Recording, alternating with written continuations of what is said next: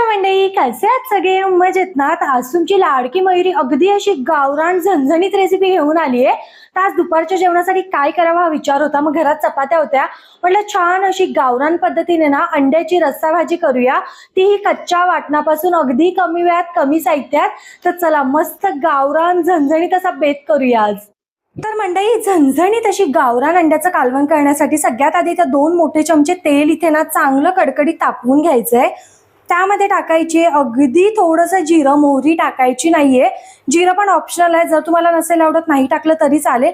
हे बघा, आता जिरं मस्त फुललं ना, त्यामध्ये एक बारीक चिरलेला कांदा टाकायचा आहे आणि कांद्याला मस्त गोल्डन ब्राऊन कलर येईपर्यंत परतून घ्यायचा आहे तेलावर आपल्याला.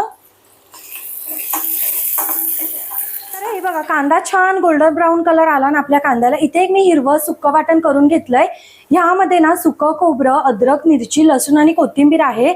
पाण्याचा वापर न करता बनवायचा आणि तुम्ही फ्रीजमध्ये सुद्धा स्टोर करून आरामात 10 ते 15 दिवस ठेवू शकता. आणि जर बाहेर ठेवणार असाल तर 2 ते 3 दिवस हे वाटण टिकतं. फक्त पाणी नाही टाकायचं अजिबात. तुम्ही कोणत्याही कडधान्याच्या भाजीला वापरू शकता वगैरे. हे असं वाटण ना माझी मम्मी अंड्याच्या आमटीसाठी वापरते आणि ह्याच्या व्यतिरिक्त ना दुसरं कोणतंच वाटण मला तरी आवडत नाही.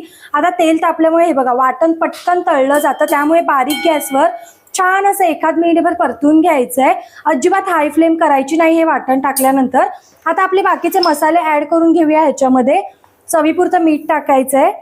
त्याचसोबत अर्धा चमचा हळद टाकायची आहे, अर्धा चमचा गरम मसाला आणि आमचा घरगुती मसाला 2 चमचे टाकतीये. जरा झणझणीतच आवडतं. 1 चमचा मिरची पावडर आणि 1 चमचा धना पावडर बस. आणि वाटणात सुद्धा मिरच्या असल्यामुळे मसाला तुम्ही कमी टाकला तरी देखील चालेल, काहीच हरकत नाहीये. आता हे बघा, हे सगळं ना मिक्स करायचं व्यवस्थित असं. आता हे सगळं व्यवस्थित मिक्स केलं ना, इथे मी गरम पाणी घेतलेलं आहे, एखाद ग्लासभर आहे, ते याच्यात ऍड करायचं आहे आपल्याला. पाणी ओतल्यानंतर ना मस्त अशी आमटी 5 मिनिटभर उकळू द्यायची. मीडियम हाय फ्लेम कशीही चालेल, पण मध्ये मध्ये मिक्स करत राहायची, नाही तर छोट्या टोपात असली ना तर उतू जाते ही आमटी. आणि कलर बघू शकता कसला भन्नाट आला एकदम. तर आता ही आमटी मस्त उकळू देऊया. आणि नेहमी कधी कोणतीही आमटी करताना ना गरम पाण्याचाच वापर करायचा, बिकॉज गरम पाणी टाकल्याने तर्री सुद्धा छान येते आणि भाजीला चव सुद्धा छान येते. नाही तर जेव्हा भाजी उकळत असते तेव्हा आपण थंड पाणी टाकल्यामुळे टेम्परेचर डाऊन होतं आणि भाजी व्हायला पण वेळ लागतो. मस्त अशी आमटी ना आपण खळाखळ उकळून घेऊया 5 मिनिटं आणि मग अंडी टाकूया ह्याच्यामध्ये.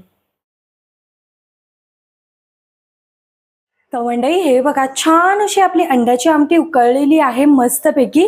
मी 5 मिनिटं हाय फ्लेमवर उकळून घेतली, त्यानंतर ना मी गॅस लो केलेला.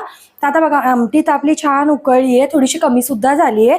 आता मी इथे 3 उकळलेली अंडी घेतली. हे बघा, अंड्यांना ना मस्त अशा ना आडव्या चिरा मारून घ्यायच्या, जेणेकरून रस्सा ना आतपर्यंत जातो आणि दिसायला सुद्धा छान दिसतं.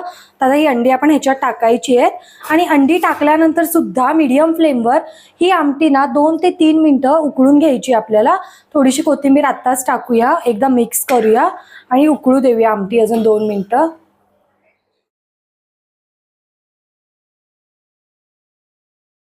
तर मंडळी, अगदी कमी वेळात आणि कमी साहित्यात होणारी आपली अशी झणझणीत गावरान पद्धतीने अंड्याची आमटी तयार आहे.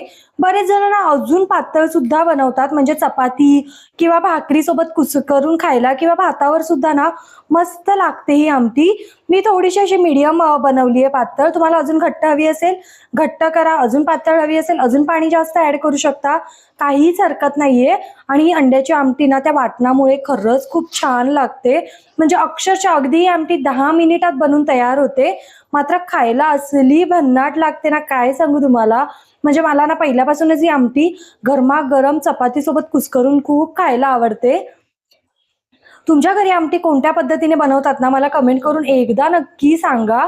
आणि जर तुमच्याकडे ह्या पद्धतीने बनवत असतील तरी कमेंट करून सांगा. आणि जर नसतील बनवत तर ह्या पद्धतीने एकदा बनवून मला सांगा कशी झालेली. आणि व्हिडिओ आवडला तर एक लाईक करा, चॅनलला सबस्क्राईब करा. भेटत राहील अशाच नवनवीन व्हिडिओ सोबत. टिल देन बाय गाईज, खात राहा, मजेत राहा.